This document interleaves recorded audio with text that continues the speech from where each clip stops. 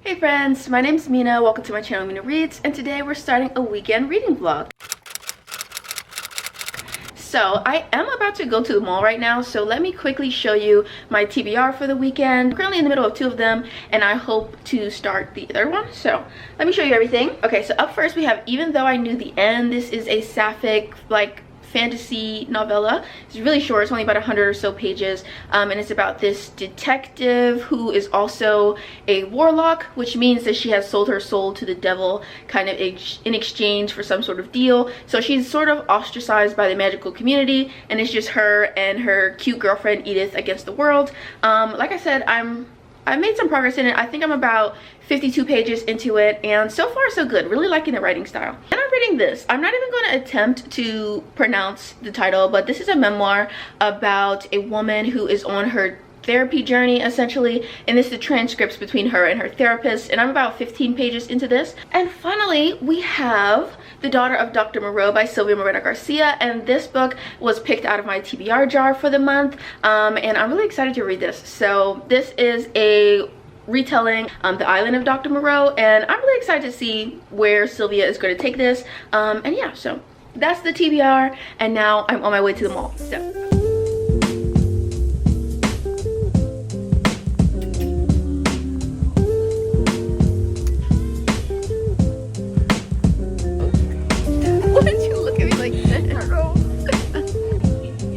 we're hunting for a dress for my beautiful mother.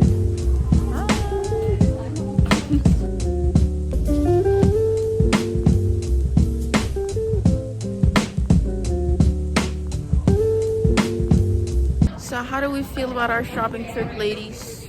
Sad. Tired. Why sad? Because you didn't get to go to Hot Topic? I thought you got those jeans. You didn't buy those jeans? Yes, I did get the jeans. Okay, so you're not excited about the jeans. Why did you get them? It's because if I didn't get them, I would get absolutely nothing.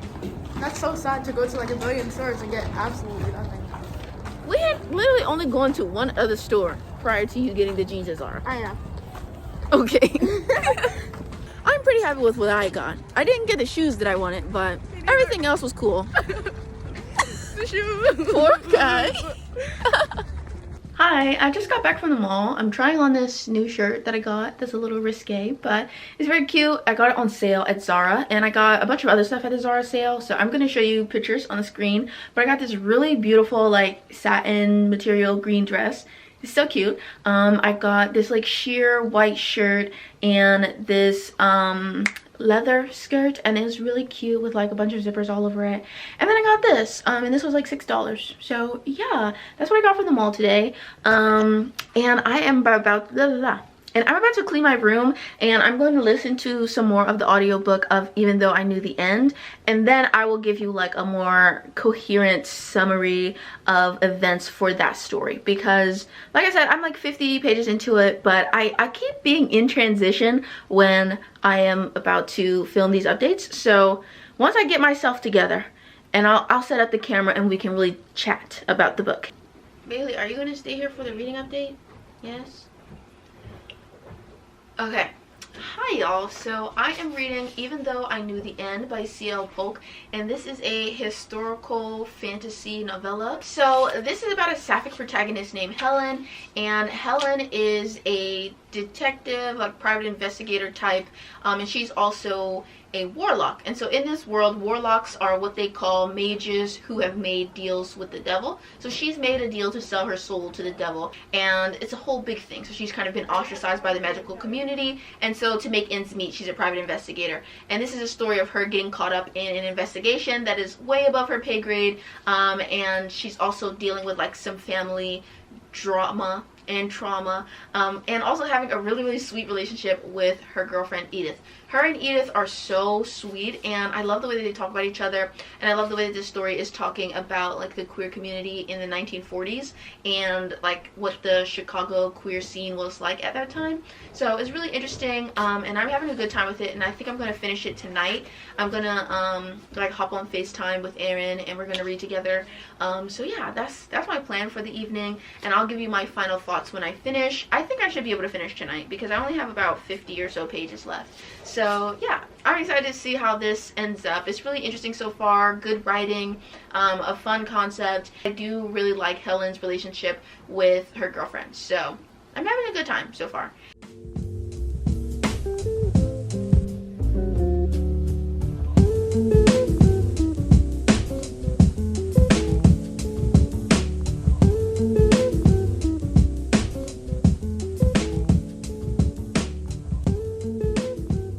Hi besties, so it is 10 p.m. and I'm about to go to bed, but I did end up finishing even though I knew the end, and wow, I think I really like this. I say I think because there was a while there where I was feeling a bit ambivalent about it.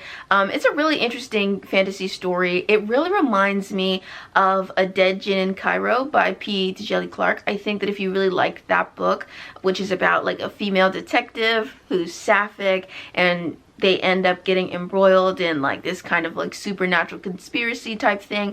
If that's a storyline that interests you, or if you have read that and you enjoyed it, I think you will also enjoy this. I think it similarly has like really cool world building, and it has really descriptive writing, interesting, lovable main characters, and then like the sapphic relationship in it is very cute. The sapphic relationship is very like central to this story, and the sapphic relationship in A Dead Gin in Cairo is more like an afterthought, but a very fun, cute, fulfilling afterthought. So I would say that if you wanted more sapphic goodness in that novella, you could get it here. And I thought that this was good. I thought this was good. I thought it was fun, and I think that as the story and the mystery unfolded, I enjoyed it more and more.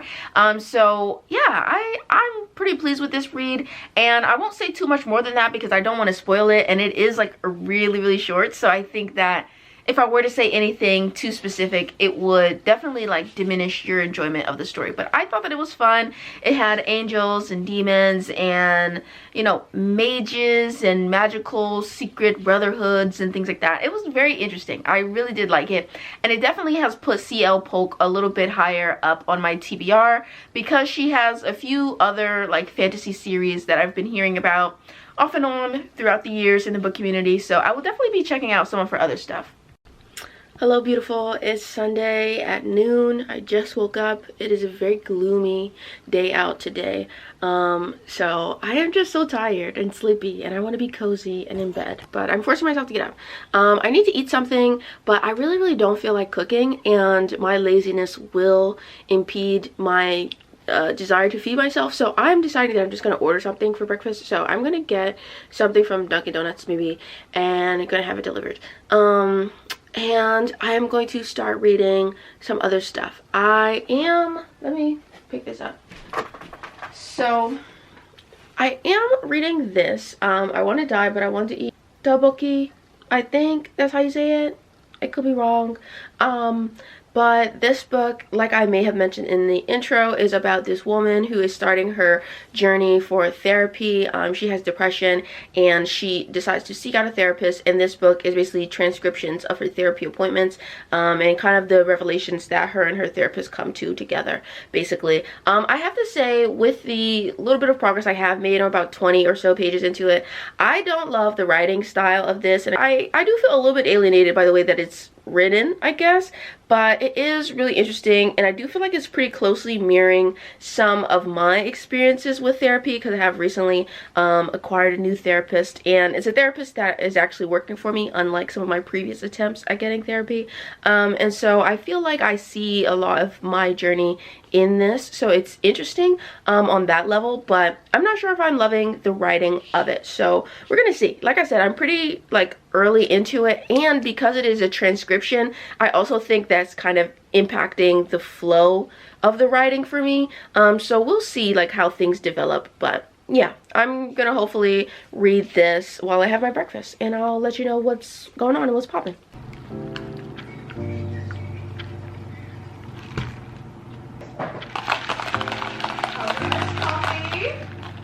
It's good.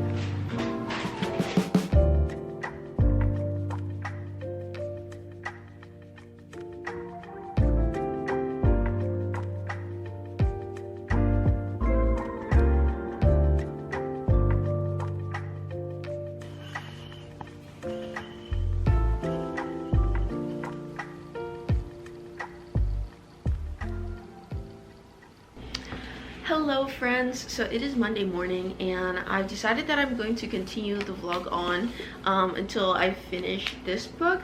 Yeah, because I only made it like 5 or so pages into this, but I don't know, we're gonna still count Monday as the weekend since I don't have anything to do today. But let me give you my final thoughts on I Want to Die But I Want to Eat Tteokbokki. So basically, I think I'm going to end up giving this book 3 stars, but this is a book, you know, a memoir about this woman and her therapy journey, and so we get to see these transcriptions of her therapy sessions, and then each like transcription is followed by a reflection where she's talking about some of the things that, you know, therapy has helped her realize, or some of the moments in her life, some of her relationships, some of the things that she's discovered that she wants out of life, the quality of relationships that she wants and things like that.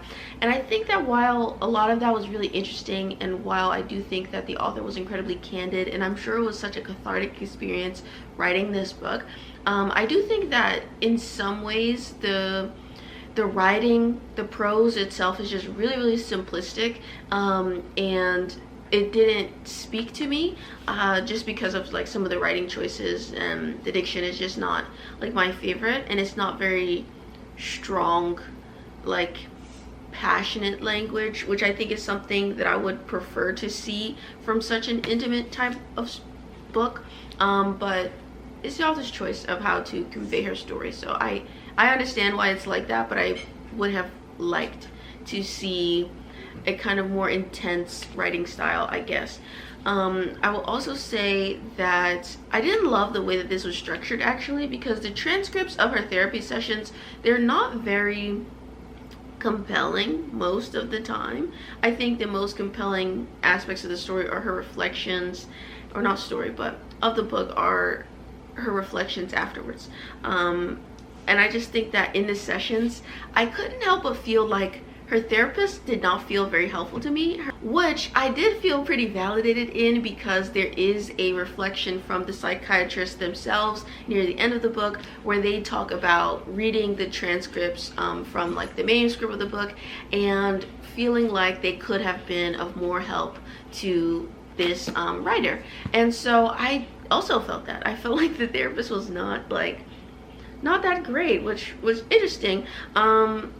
I mean, that's all like my subjective opinion as somebody not in the situation or in the moment, and it's clear that the narrator here really did feel helped and impacted by, you know, the work that she did with this psychiatrist. So I don't know, I thought it was an interesting reading experience. I definitely highlighted a good amount of things, and there's a few tabs in here, but I don't know, overall it wasn't quite what I was expecting from the book. I think especially with such like a strong and impassioned title as I Want to Die But I Want to Eat Tteokbokki, like I feel like I had this expectation in my mind of what the writing was going to be like, and the writing just absolutely did not match up to, you know, the sheer passion and intensity of a title like this. So that's all I'm gonna say on this. So I think for me is like a 3-ish star, primarily for stylistic and organizational choices that the book made.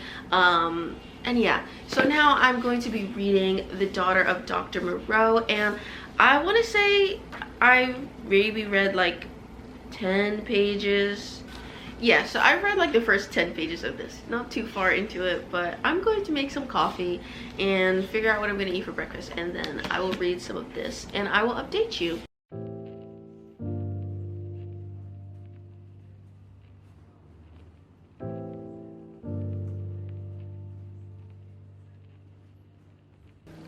Okay, I'm trying to decide if I should make grits for breakfast or if I should make pancakes.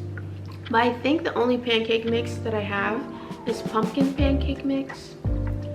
Do I want to recapture the magic of fall for today's breakfast? We'll see.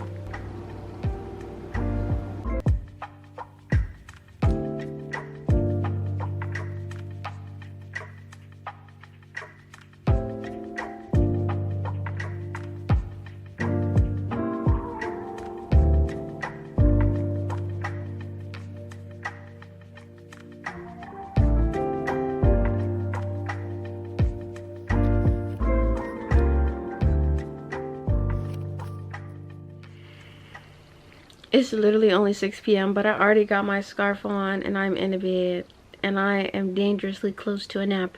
But I have made some progress on The Daughter of Dr. Moreau. I'm really liking the writing. It's really interesting.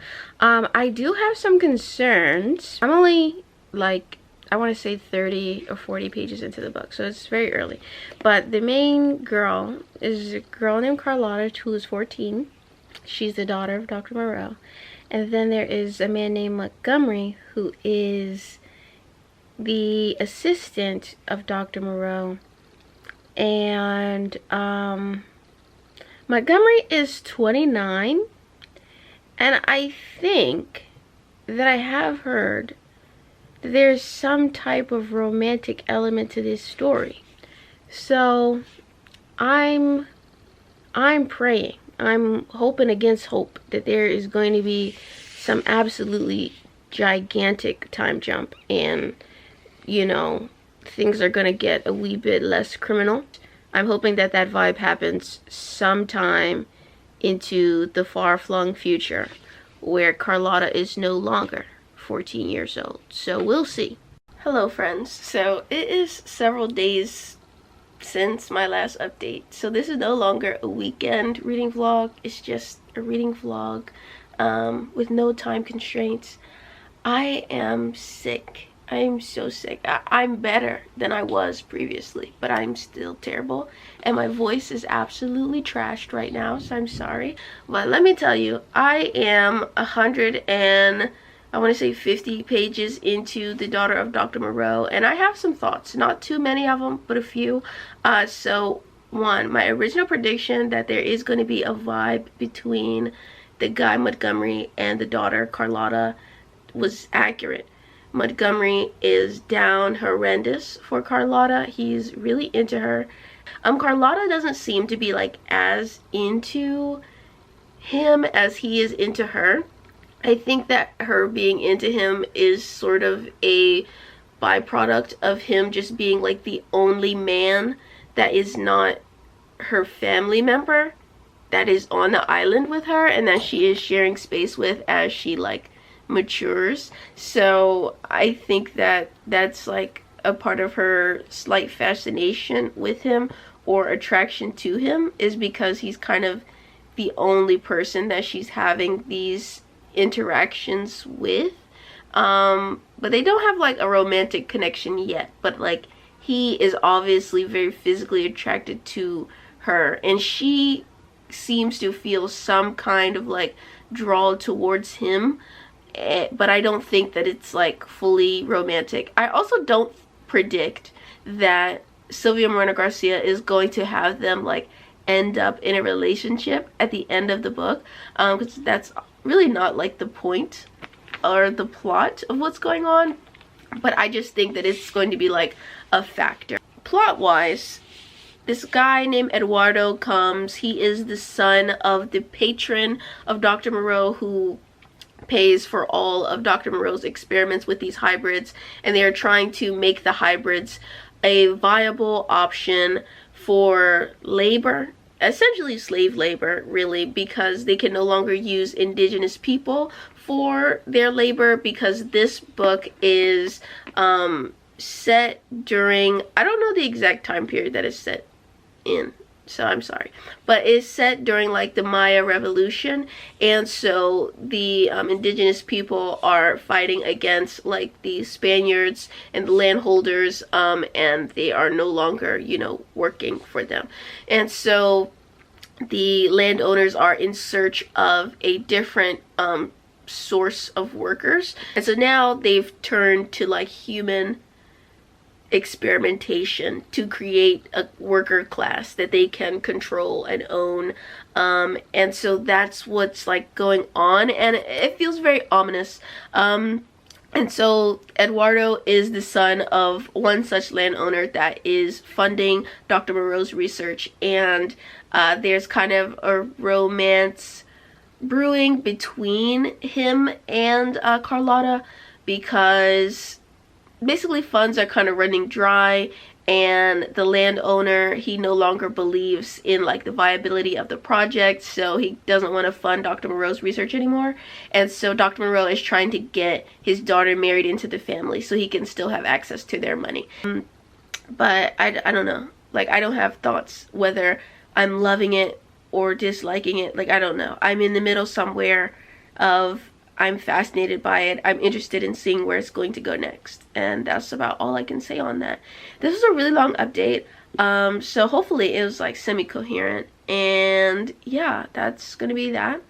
And I'll update you later on if I have something more to say or when I finish the book. So yeah, I'll see you in a bit. Maybe. My God, I look crazy. Okay, anyway. I have about 50 pages left of this book, and I have to say that I don't think I'm really liking it. And another thing that I can tell you is that I have COVID. So, listen, I went out to the mall at the beginning of this video, which was last Saturday, and it's currently Saturday again, and I went to the mall and I didn't wear a mask. And I want to say, don't be like me, wear your mask.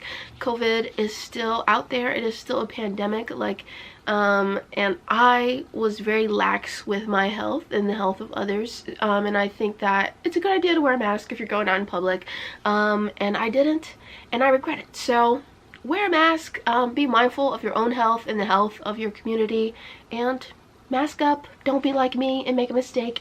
So that was how I started my day, discovering that I have COVID, and that sucks really bad. So yeah, I don't know, this is just my little health PSA. So I'm reading this, and I have to say that despite it tackling some interesting themes of, you know, a person, a mad scientist kind of trying to play God, and these hybrids that he's making. You know what this really just made me realize? This is so crazy. Just now, in this moment, I have thought about the fact that the island of Dr. Moreau, they were parodying that in Spy Kids. Like, in that one Spy Kids movie, what is it called? Like, the island of lost dreams or something? Is that what they were calling it? Is that what the movie's called? I don't know. I'm gonna put it right here. But that one Spy Kids movie where they go to the island with the mad scientist, and the mad scientist has all of those animal hybrids. You think God stays in heaven because he too lives in fear of what he's created? That's literally what this is, but less interesting. And I think that this book has some kind of interesting things to say about like the worker class and the idea of creating a disenfranchised worker class and being able to other and dehumanize the workforce makes it easier to control them and more palatable to other people when they are being controlled and used and abused. And so that's kind of like a very important and prevalent underlying theme of this, the idea of workers as a class being othered. So if you can't, in this case, they can't control the indigenous people of Mexico anymore because this is set during the Maya Revolution, and so the Spaniards are like, well, we need someone to work our fields, so we're going to create a disenfranchised group that we can take advantage of. So that's like a really interesting element of the story, but I don't think it's pushed to the forefront enough for it to be super interesting, and the plot of the book is just not very compelling, you know? Like, we're just in this very isolated location with these relatively boring characters. Like, I feel like Montgomery is just like this pitiful older guy who's very sad about his first wife who didn't love him because he's a broke boy, and Carlotta, while being very sweet, almost to the point of being saccharine and giving me a toothache, I felt like she's kind of boring too. There's a plot twist in here that is not very twisty. I think if you have like 2 brain cells to rub together, you will have figured it out by the first chapter. But you know, the plot twist is kind of supposed to be a big deal, and I just feel like the plot is just not very interesting. Like, it's just not very interesting. It's very much a slow build, and it feels sort of like it's building to nothing. And I think that even if it does build to something really, really interesting in these last 50 pages, I still don't think it will have been worth reading the whole book because it's just very boring. Like, I kind of wonder how I would feel if I had read the source material and like maybe if I had read them in conjunction, this book is talking back to that story, and like the intertextual relation between those two is very interesting and very rich, maybe, possibly. But because I don't have that context, I just feel like this book feels very lackluster, very surface level, and like it's not enough to really keep me engaged. Like I'm just very bored, and I think it's so funny that the Goodreads synopsis calls this like daring science fiction. I think that's honestly laughable, and I would say that if anybody dared anything at all, it would be H.G. Wells, who came up with the book that this is based on. Like, I don't know if I would call this daring science fiction, because we barely even get to see the hybrids all that much, you know? So it's just like, to call it daring science fiction is just so like, it gave me a bit of a chuckle. It did. So I'm gonna finish this, hopefully. And then I'll give my final rating. If I were to guess what my final rating is going to be, I'm thinking it's going to give a 2.5, maybe a 3 if I'm feeling frisky, but I don't know. I finished This Old Girl. I didn't like her. I'm giving her 2 stars. Yeah, it just, like, it did culminate in, you know, kind of an action-packed final 50 pages, but I just didn't care. I didn't care about the characters. I didn't care about the relationships built, and I think that if I had cared about those things, it would have been a more high-stakes, you know, like, emotionally impactful 50 pages, but I just really didn't care. And so, yeah, this was just kind of a flop for me. I love you, Sylvia. Didn't love this one. Yeah, I mean, lots of interesting themes in it, certainly, but I need characters that I like, and I need relationship dynamics that are of interest, and I think that, like, there was a relationship dynamic here between Carlotta and one of the hybrids named Lupe. They're supposed to be like sisters. I feel like their sister bond was deeply lacking for me, if I was supposed to believe in that. I feel like the bond that Carlotta has with Montgomery, it was just almost incomprehensible to me. Like, it just, there's just nothing there. There's supposed to be like some kind of complicated love between Carlotta and her father. I didn't, you know, I wasn't eating that either. It just, like, it just didn't give. It didn't serve. I'm giving it 2 stars. Really liked, if I were to recommend you anything from this stack of books, I would definitely say read, even though I knew the end. And the other ones, I think you could do without. So yeah, thank you so much for watching. Hopefully I'll see you in my next reading vlog, and hopefully I won't be sick then. So bye, you guys. Like, comment, and subscribe, and turn on post notifications so you can be here for my next vlog.